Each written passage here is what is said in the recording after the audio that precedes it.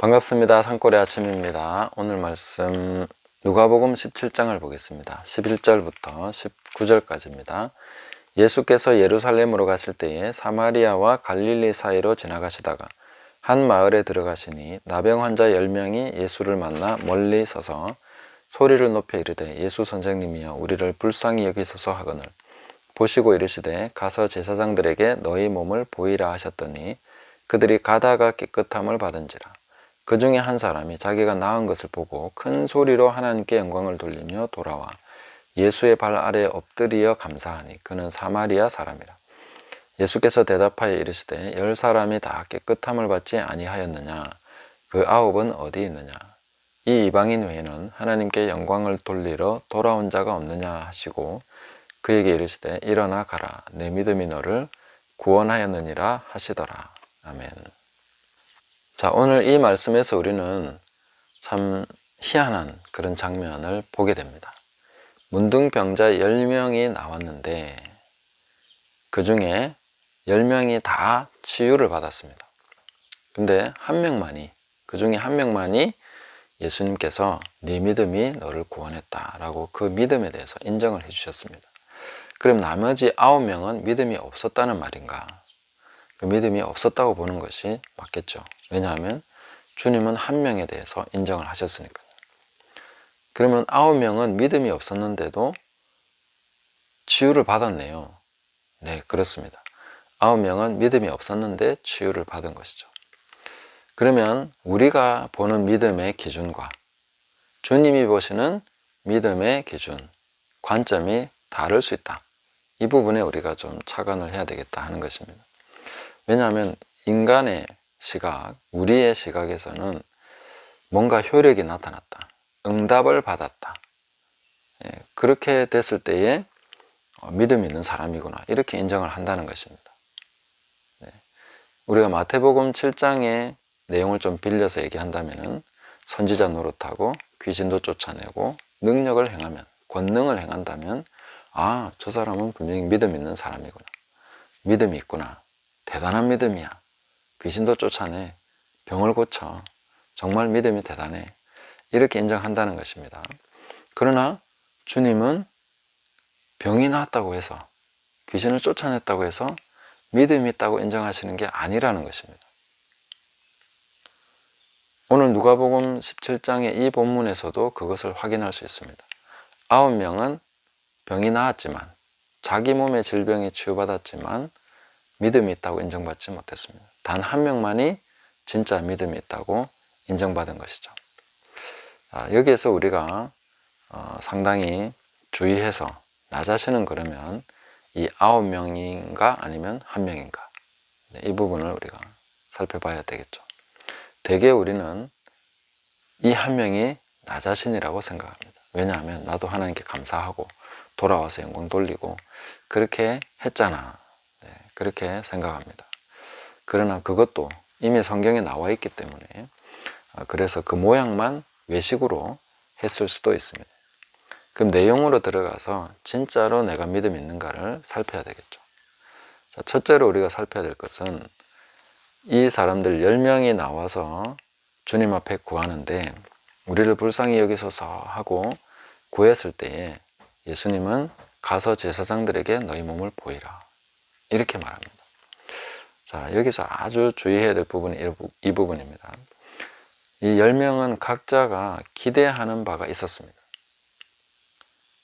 우리를 불쌍히 여기소서 했을 때에 들은 소문에 의하면 예수님은 다 손을 얹어서 고치신다더라, 아니면 이렇게 만져주신다더라, 이런 식으로 뭔가 또 직접 거기서 나을지어다, 아니면 귀신을 쫓아내거나 이런 식으로 해서 다 치유해 주셨다더라, 이런 소문을 듣고 왔는데 전혀 다른 식으로 반응을 하셨습니다.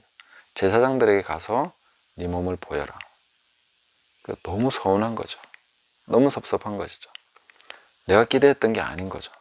즉시 나야 되는 거 아니야? 뭔가 해주셔야 되는 거 아니야? 그런데 제사장들에게 가라니. 자, 이렇게 했을 때에 많은 분들은 주님이 내가 기대하는 바대로 하지 않는다는 그런 자기만의 갇힌 논리 속에서 주님을 판단하기 쉽습니다. 실망하기도 하고 낙심하기도 합니다.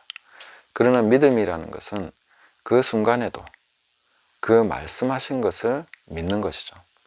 그리고 주님이 제사장들에게 보이라는 것은, 문둥병 환자가 제사장들에게 보이라는 것은 율법에 의하면 병이 나았을 때 보이라는 것입니다. 그래서 이미 나았다는 것을 믿겠느냐, 그 내용이 거기에 들어있습니다.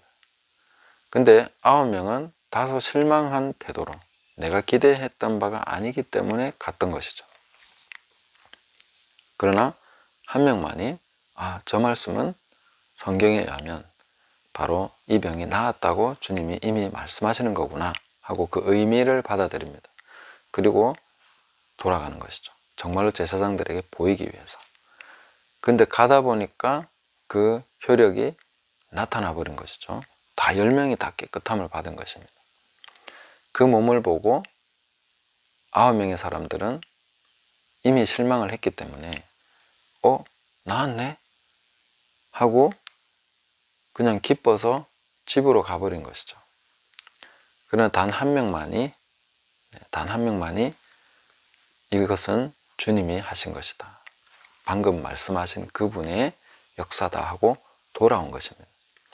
여기에서 우리가 진정한 믿음은 사실 관계를 통해서 증명이 되는 것입니다. 내가 주님을 향한 그 관계 속에서 주님을 인정하고 주님이 하신 것임을 내가 분명히 깨닫고 그 주님께로 나와서 그분께 고하고 그분께 감사하고 그분을 사랑한다고 고백하고 그분께 영광 돌림으로써 우리가 믿음을 증명하게 되는 것입니다. 이 관계 속에서만이 실제로 증명이 됩니다. 내가 믿는구나. 우리가 믿는 것은 효력을 믿는 것이 아닙니다. 능력을 믿는 것이 아닙니다. 주님을 믿는 것이죠. 말씀하시는 그분을 믿는 것이죠. 그래서 믿음의 대상이 어떤 나타나는 기적이 아니라는 것입니다. 믿음의 대상은 오직 주님이십니다.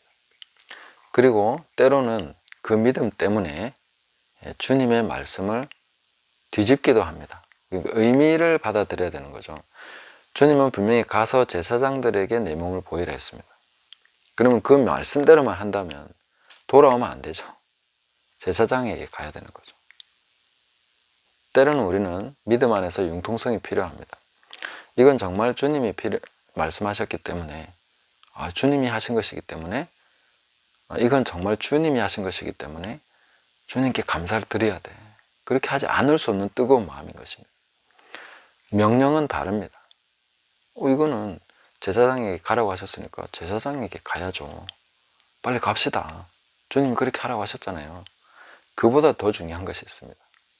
어떻게 보면 말씀을 액면 그대로 순종하는 것보다 더 중요한 것은 주님을 사랑하고 그분께 감사하는 것입니다. 그렇게 나와서 주님 앞에 다시 영광 돌리면서 감사하면서 무릎을 꿇고 영광을 돌려드립니다. 정말 엎드려서 감사했습니다. 주님은 그것을 보시고 9명이 다 치유함을 받지 않았느냐, 깨끗함을 받지 않았느냐, 다 알고 계신 거죠. 왜? 주님이 하신 거니까요. 근데 돌아온 자가 없구나 하면서 너는 믿었다, 그렇게 인정을 해주시는 것입니다. 그래서 진정한 믿음이라는 것은 우리가 주님을 더 가까이 하게 되고 주님을 더 사랑하게 되고 그분께 나아가게 되는 것이 진짜 믿음인 것이죠.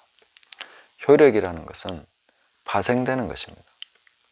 그러면 나머지 9명은 믿음이 없는데 어떻게 그렇게 깨끗함을 받았습니까? 그 믿음이 없는데 그게 가능하단 말입니까?